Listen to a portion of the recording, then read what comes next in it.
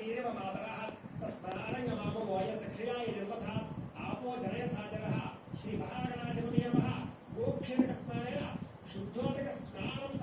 guys, நான் வசுந்தரா. நான் இப்போ ஒரு ஹேர் ஒரு விக் போட போகிறேன் ஒரு ஃபோட்டோ ஷூட்டுக்கு. ஸோ முதல்ல இப்போதான் ஹேர் இருக்கு. இவ்வளோ இவ்வளோ வரைக்கும் ஹேர் இருக்கு. நெக்ஸ்ட் பார்க்கலாம்.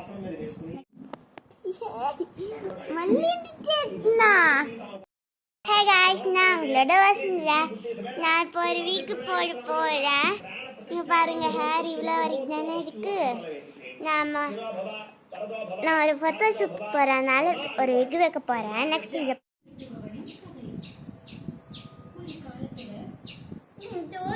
ஸ்டோரி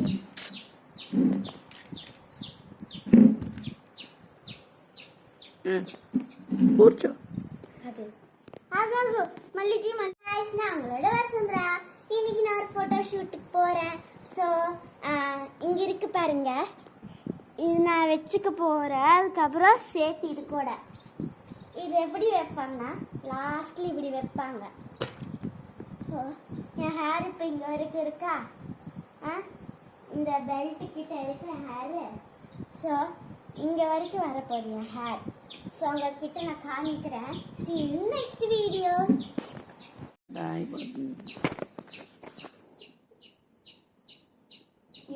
యూట్యూబ్ పెడతా. అవసరం లేదు, కూర్చోమ్మ తల్లి. ముందే నీ కూర్చో. ఏ రాలేదు, ఇంకా రాలేదండి. నీకు చెప్పాడేలే, బాగా నోట్లోంచి మాట్లాడచ్చండి, పళ్ళ మీద కొడతాను.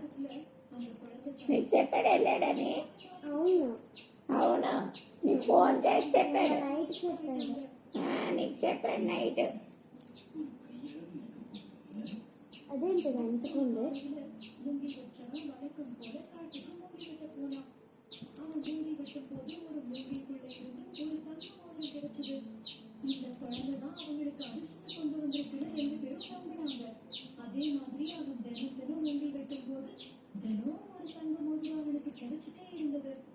அவங்க சீக்கிரத்திலேயே ரொம்ப பெரிய பணக்காரங்களாகி ஒரு பெரிய வீடு கட்டினாங்க. பல மாதங்கள் கடந்த பிறகு இந்த ஊர்ல எல்லாரையும் விட வேக வேகமா வளர்ந்தாங்க. பெரிய பொண்ணா மாறி இளங்குமரியா வளர்ந்துனா அந்த ஊர்லயே அவதான் ரொம்ப அழகிய போது இந்த மூங்கில் வச்சவன் அவனுடைய மனைவி கிட்ட மறுத்தமா பேசிக்கிட்டாங்க. அந்த பேசுற மூங்கிலுக்கும் இதையெல்லாம் தாண்டி மேல இருந்து ஒரு வீடு வந்துச்சு. அதை சுத்தி வீடியோ ஆன் చేసి அந்த தேவதைகள் மூங்கில் தொட்ட உடனே அவர் அழகான நீர் ரொம்ப சோகா இருக்குது அந்த மூங்கிலுக்குள்ள வந்து இருந்த. அப்பதான் நீங்க என்னைய கண்டுபிடிச்சு எடுத்துட்டு வந்தீங்க. அதனால எங்களை விட்டுட்டு போறியா? நீ எங்களை விட்டு போறதை நினைச்சு கவலையா இல்லையா? அம்மா, நான் தினம் இரவு வருவேன். என்னைக்கு வாரத்துல முழு இரவு இல்லையோ அன்னைக்கு மட்டும்தான் நீங்க என்னைய பார்க்க முடியாது. அதுக்கப்புறம் மூன்லைட் அவளுடைய வண்டியில ஏறி அந்த தேவதைகளோட சேர்ந்து நிலாவுக்கு போயிட்டா. அந்த மூங்கில் வச்சவர் அவருடைய அழுகையெல்லாம் தொடச்சிட்டு எப்ப மூன்லைட் திரும்பி வருவான்னு பார்த்துக்கிட்டே இருந்தாரு.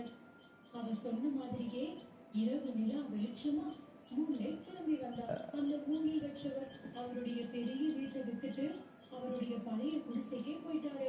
அந்த குடிசையோட ஓட்டுல நிறைய ஓட்டைகள் இருந்தது. அந்த ஓட்டைகள் வழியா நிலவோட ஒளி வீட்டுக்குள்ள வந்தது. அதுதான் மூன்லைட். அந்த மூங்கில் வச்சவரும் அவருடைய மனைவியும் அதுக்கப்புறம் தினம் இரவு மூன்லைட்டை பார்த்தே அவங்க வாழ்க்கைய அமைதியா கழிச்சாங்க. இங்க பாருங்க, இப்படிதான் பண்றாங்க. இணையற்ற இளவரசி. ஒரு ராஜாவும் ராணியும் ஒரு குழந்தை வேணும்னு ஆசைப்பட்டாங்க. பல வருடங்களுக்கு பிறகு அழகான சிறுமியை பெற்றெடுத்தாங்க. முழு ராஜ்யமும் மகிழ்ச்சியாக இருந்தது. ராஜாவே பெயர் சூட்டு விழாவுக்கான அழைப்புதலை எழுதினாரு. நண்பர்கள், குடும்பத்துல பாதிரியார்கள், அப்புறம் மந்திரவாதிகள் எல்லாரும் பெயர் சூட்டு விழாவுக்கு அழைக்கப்பட்டாங்க. ஆனா ராஜா ஒரு பெயரை மறந்துட்டாரு. அது சூரியகாரி. மிகவும் சக்தி வாய்ந்தவர், கெட்டவர்,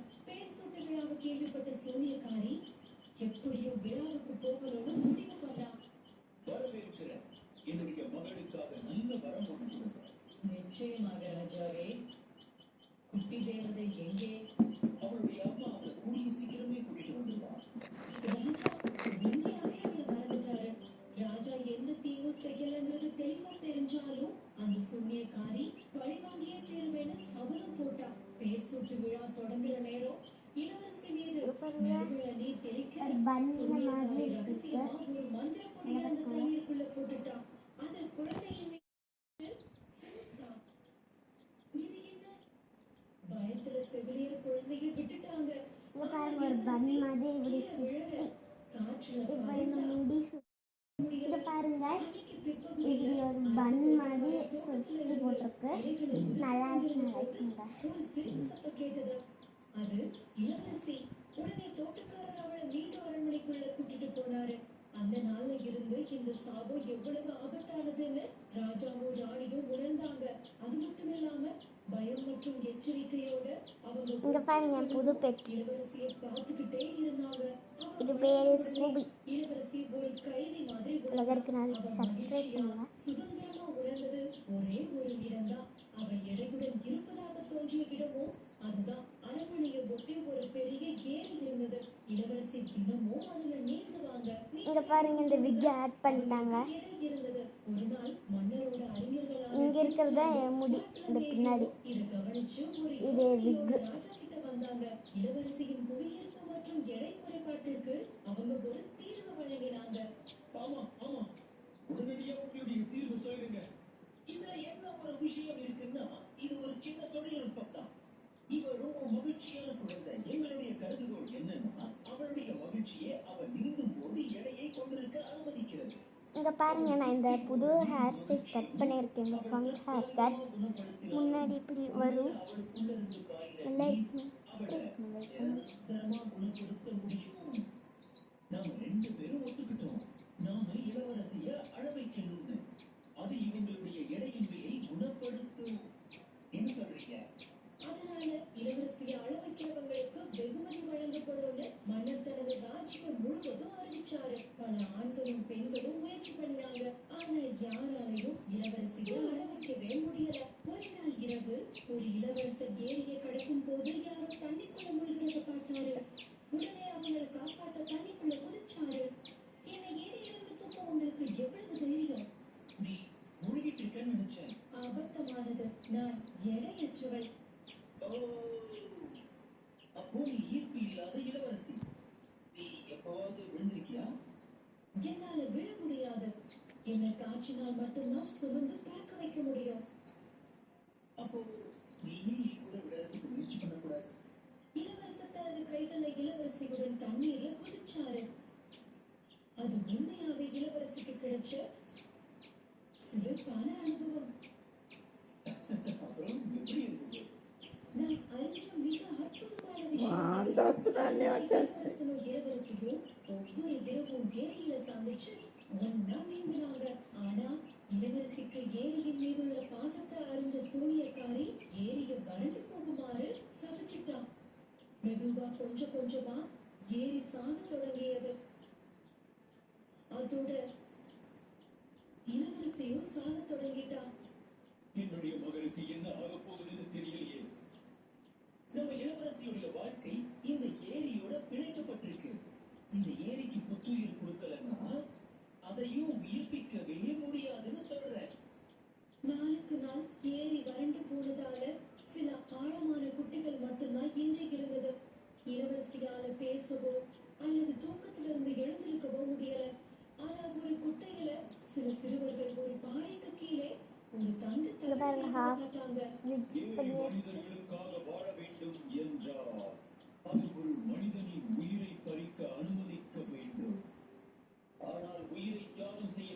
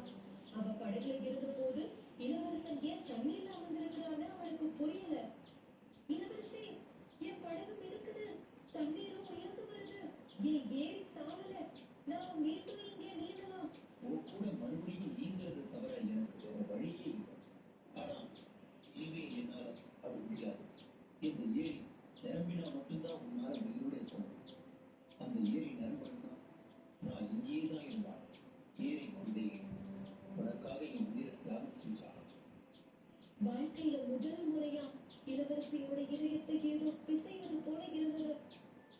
அவள் இதயத்துல உணர்ச்சிகளை ரொம்ப வலுவா உணர்ந்தா.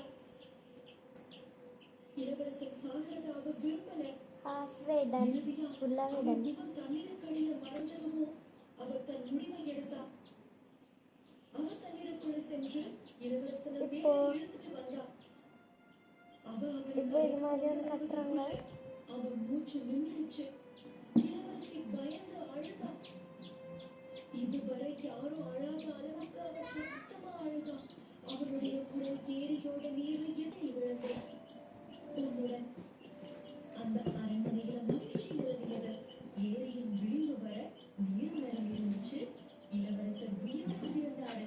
இளவரசியும் தன்னுடைய ஈர்ப்பு விசையை பெற்றாங்க. இளவரசனும் இளவரசியும் திருமணம் செஞ்சுக்கிட்டு மகிழ்ச்சியோட வாழ்ந்தாங்க. பொறுமையற்ற ராணி.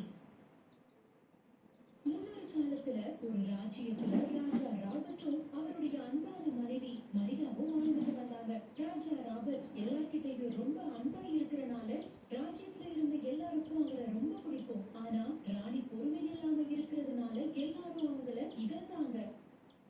எனக்கு தலை சீவ நீ ஏன் இவ்வளவு நேரம் எடுத்துக்கிட்டு இருக்க? மன்னிச்சிடுங்க ராணியாரே, இந்த சிகையை அலங்காரம் செய்ய கொஞ்சம் கஷ்டமா இருக்கு. உனக்கு எவ்வளவு தைரியம் இருந்தா நீ என்னை எடுத்து பேசுவ? மரியாதையை அரண்மனையை விட்டு வெளியே போ. ஓ மரியா, நீ ஏன் அதை செஞ்ச? அவ ரொம்ப கஷ்டப்பட்டு அதை செஞ்சா தெரியுமா? அவன் வேகமாவே செய்ய மாட்டேங்கிறான். நீ கொஞ்சம் பொறுமையா இருங்க அன்பே.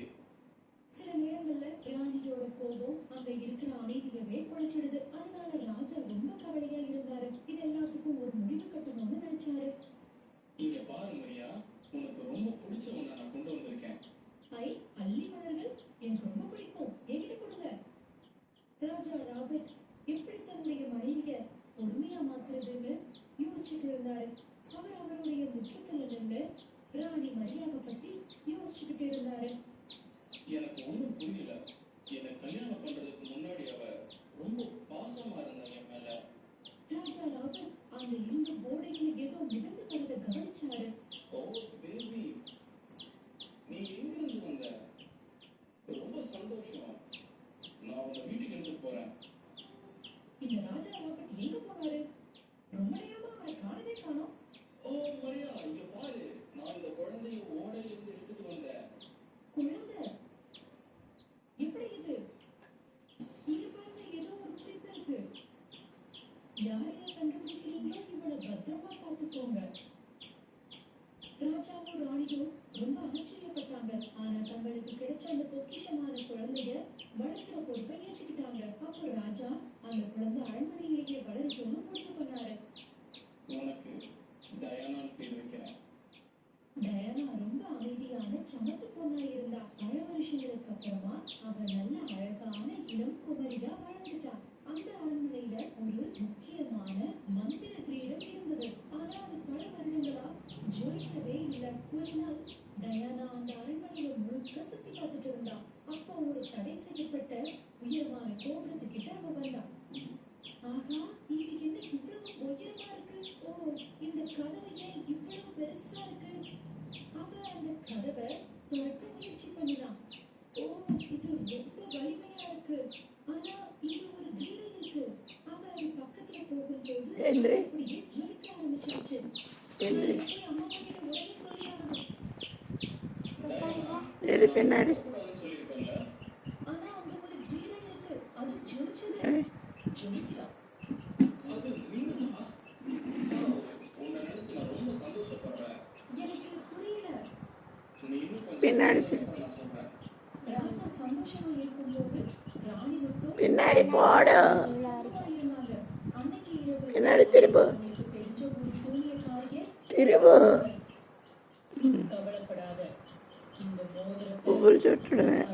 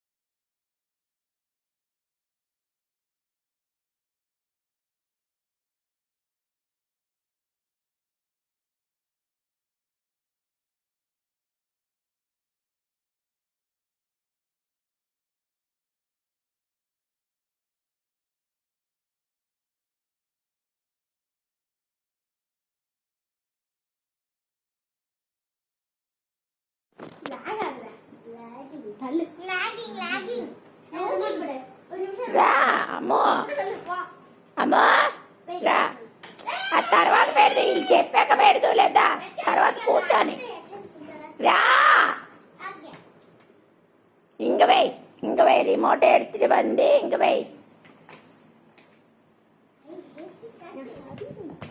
வா நில்லு ஏசி காட்டு இங்க இருந்து ஏசி ஆ, காட்டு வருது ஏன் நில்லுங்கிறா அவ்வளோ குட்டை ஆ போது ஹாப்பி பர்த்டே சப்தம் சொல்லுங்க இரு இரு இரு இரு இரு. Happy birthday to you happy birthday to you my Vasundhara சொல்லு